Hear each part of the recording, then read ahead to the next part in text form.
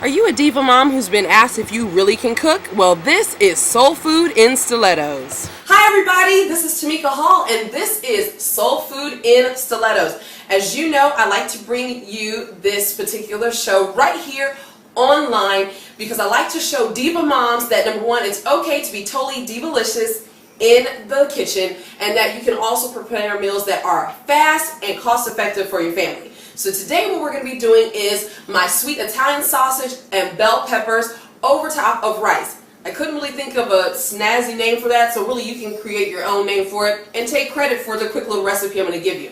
So what I'm doing is I'm using the Italian sausage that I used in my turkey and sweet sausage chili yesterday, and I'm also going to use the rest of the onion and a nice big bell pepper. You're also going to need to get your favorite can. I use the can. Number one, the cans are usually pretty inexpensive and we can jazz up the flavor of the can. So use your favorite can or even jar of spaghetti sauce. You can also use a regular tomato sauce or even diced tomatoes if that suits your fancy, but I like to use the spaghetti sauce because it's faster and it helps to stretch everything. And rice, either white rice or brown rice. You need your skillet, you need a pot to boil the rice, and this is cooking with me. Let's get cooking. Okay, so the first thing you're going to want to do is get started with that rice. Rice generally takes about 10 minutes to cook, and the way I make my best rice is I put the rice in the pot, I put enough water in there just to cover the top of that rice. I add some light salt and some butter or margarine to it, and then I'll put that on the pot, and once it comes to a boil, cover it and turn the heat down, and that's how you make the perfect rice. Now we're going to get started with our vegetables. Go ahead and put that butter or margarine in the skillet, add your bell pepper and your sweet onion, and then you're going to want to cover that and cook it down. You're going to want to kind of stir that and toss that a little bit from time to time, but go ahead and get that cooked down. I personally like for mine to be cooked down where the edges of the onion gets a little bit brown on the ends and stuff like that. That's how I like for my vegetables to be cooked. Once it's cooked down the way that you like it, go ahead and take that off the heat and put that on the side, because now we're getting ready to start with our sausage.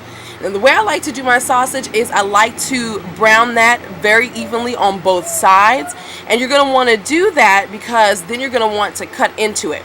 And I generally will start cutting into my sausage while it is still cooking. So as you're cutting into it, you can see here in the video that it's actually still a little bit red on the inside. Well, I like to cut into my sausage right now because this actually helps me to cook it thoroughly, and then I know that it is properly cooked.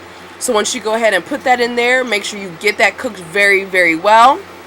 And as you can see, we're going to go ahead and toss it around, and it can take a little bit of time for everything to get done.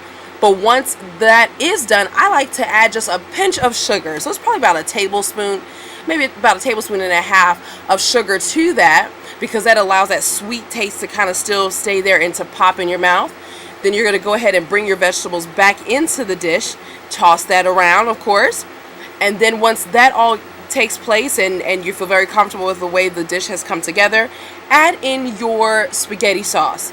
Again, when I'm doing this particular dish, I do tend to go with the cheaper can. The can I just showed you is about 99 cents. And I go with that because all I have to do is doctor it up with a little bit of seasoning and a little bit of sugar, and then it's awesome. Because you have all those flavors that are coming from the bell peppers and the sweet onion.